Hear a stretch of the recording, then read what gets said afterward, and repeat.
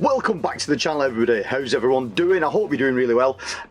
It's come to my attention that for a while now I haven't put a video out from the inside the vault, which looks at labels within my collection and what titles are within those labels. So I thought I'd rectify that today and add another one of these to the playlist. And today we're going to be looking at the films that I've got in the collection from Indicator Powerhouse, or Powerhouse Indicator, whichever the way you want to look at it. But everyone knows these guys as Indicator Films. Really good British company, do some excellent work. Yeah, predominantly the stuff that's been coming out recently isn't really my wheelhouse. They do a lot of Asian film, Asian cinema, and that's not really my thing. But from time to time, they put an absolute cult class of bangers out, and the ones I've got here are said films. So let's have a look at the first one, see what we've got. And this was Spine #1 on the Indicator Blu-ray line. They had DVDs out before this, but I think this was probably the first Blu-ray that came. Christine, Mr. John Carpenter himself. Really good film. A nice one that these guys picked up to do first. And again, if you're into the cult side of film like we are, and like this stack of films I've got here, what you'll find with Indicator, just like a lot of other companies, the extras and special features that they put on these are really good, and they're always mentioned on the back there. So the first one was Christine, like I say, a great John Carpenter film. A second film it's sort of a love-hate relationship. People know of this film, people remember this film when it came out, and it's a bit of a slow burn and an odd one, but it's Happy Birthday to Me. I'm quite nostalgic for this film. Yeah, it's not the best thing you'll ever see, but I always loved this cover. I thought this cover was brilliant. And back in the day, my parents had a CD player, and this was one of the films that we had on CD. So I remember this from years and years ago. I've always stuck with it. I've always championed it a little bit, and yeah, it isn't brilliant, but it's always one that stuck with me over the years. That's Spine #6. Spine #19 is another John Carpenter film, and it's John Carpenter's Vampires. Again, I personally think this is really good.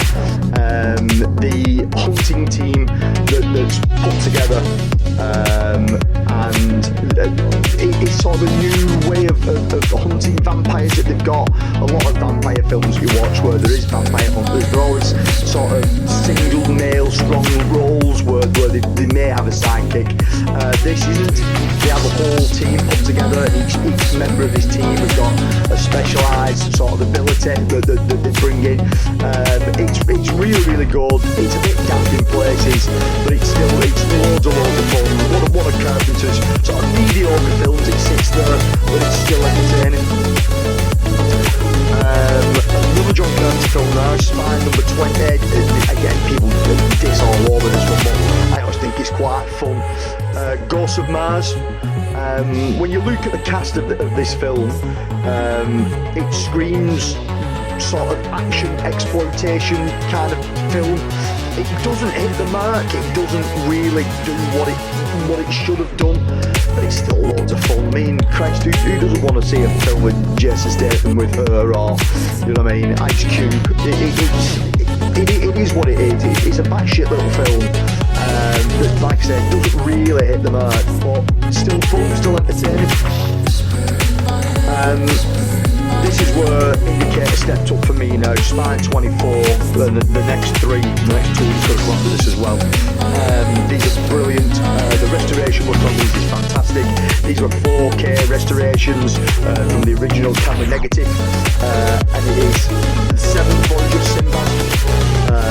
I absolutely adore this film. I think the soundtrack to this film is up there as one of the best ever produced. Phenomenal soundtrack. Really entertaining and enjoyable film. I have a huge soft spot for anything Ray Harryhausen based, and the Seventh Voyage of Sinbad. It's a quite short film.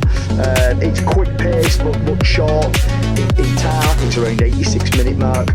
And it goes quite quick. It flows really well. But a really, really enjoyable film, and one of those sort of films like the other two that are going to come up.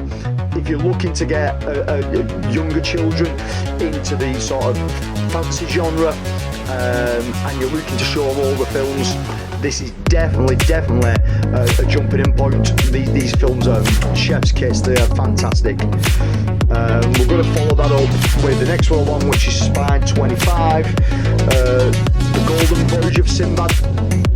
Again, another one that completely hits the point every time. Brilliant film, stop motion's fantastic. Harryhausen is a god, you know what I mean? He's a genius in what he did with this stuff. And Indicator, again, do an absolute brilliant job on the restoration. This is only a 2K restoration, but it's a 2K restoration from the original 35mm negative, so it looks really good. And again, these are loaded with special features. There's interviews with Harryhausen on there, other people, I think Phil turns up on some of these as well. Spine 26 again, straight off the other one, another really enjoyable one now. I prefer the other two, but this one comes in quite close. Sinbad in the Eye of the Tiger, another really good film. The artwork always stood out on these as well, whether it was the video shop or whether it was the original posters or these. The artwork to these films was always fantastic. So if you put those three films together, you've sort of got a trilogy of the Sinbad films that it's absolutely timeless. They're fantastic films, and like I said, if you're looking to get a younger audience into this kind of stuff, these are definitely a jumping in point. More Harryhausen work now, but slightly drifted away from the more fantasy kind of stuff. But this, take nothing away, this is a really good film. Mysterious Island. Harryhausen just sort of laid his knowledge and abilities out over loads and loads of films, and this being another one of them, not one that a lot of people remember. I mean, if you think Harryhausen, obviously you're thinking the three that I've just showed you, you're thinking Clash of the Titans, you're thinking Jason and the Argonauts, but there's more, there's way more to the catalogue of film that he worked on, and this being one of them, Mysterious Island. Spine number 51, this is a 2K restoration, so it looks really good. I'd definitely check that one out. Next up, we've got some Hammer with the Curse of the Mummy's Tomb. The good thing with these releases, if you look on Indicator's site, 9 times out of 10 these are on sale, so there's normally around 30 titles that are constantly on sale, and you can get 2 for £15. These are definitely worth a pick up in the 2 for £15.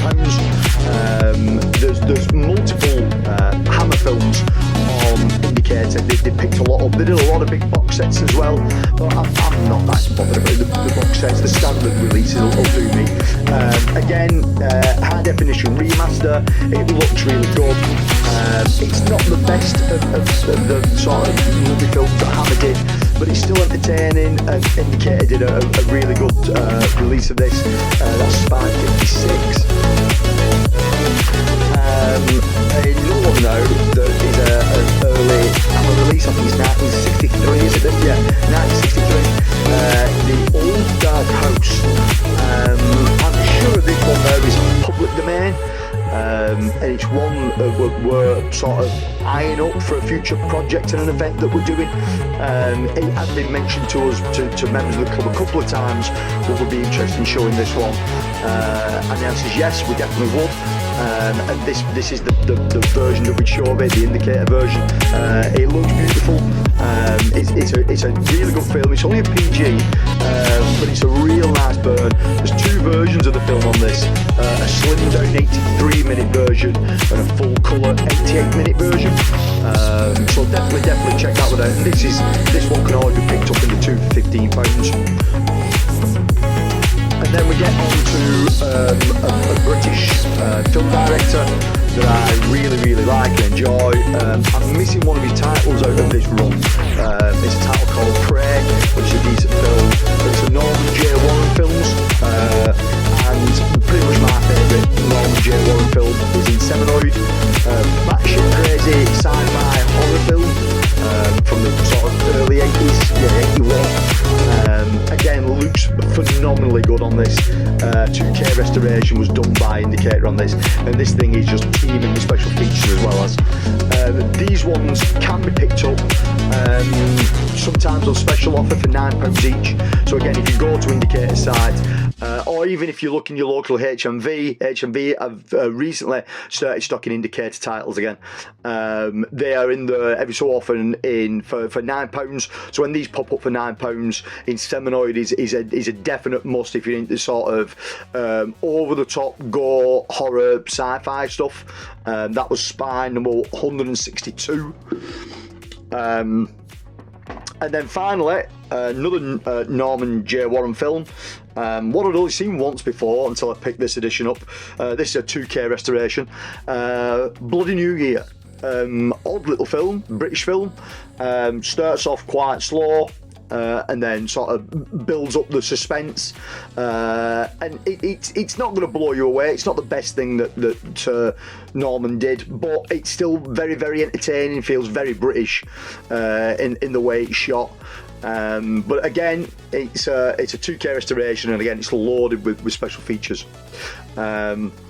So that's it for the time being of the stuff that I've got from Indicator. Again, they do release a lot, but a lot of it is not my forte. It's not stuff that I would actively go out and look for. Yeah, I would probably pick up more Hammer titles as they come down in price, or again come in the £2 for £15. But predominantly, everything that Indicator turns out, I mean, I'm sure all of them with what I've got here, they are region 3, the region A, B and C. So I think everything that is here, we'll have a quick look through. Yeah, I mean, everything is regions A, B and C. So if you guys are out in the US or Canada or Australia, no matter where you are, you can pick these titles up because they'll play on any Blu-ray or 4K player that you've got, and they're definitely worth a pick up. They're a really good company.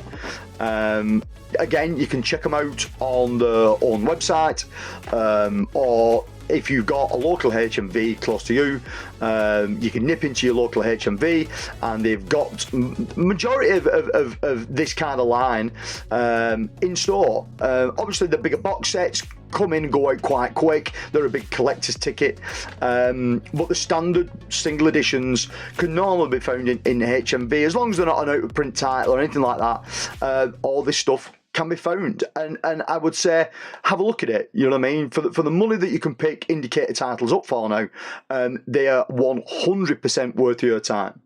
So for this episode of Inside the Archive, just remember, keep it cult.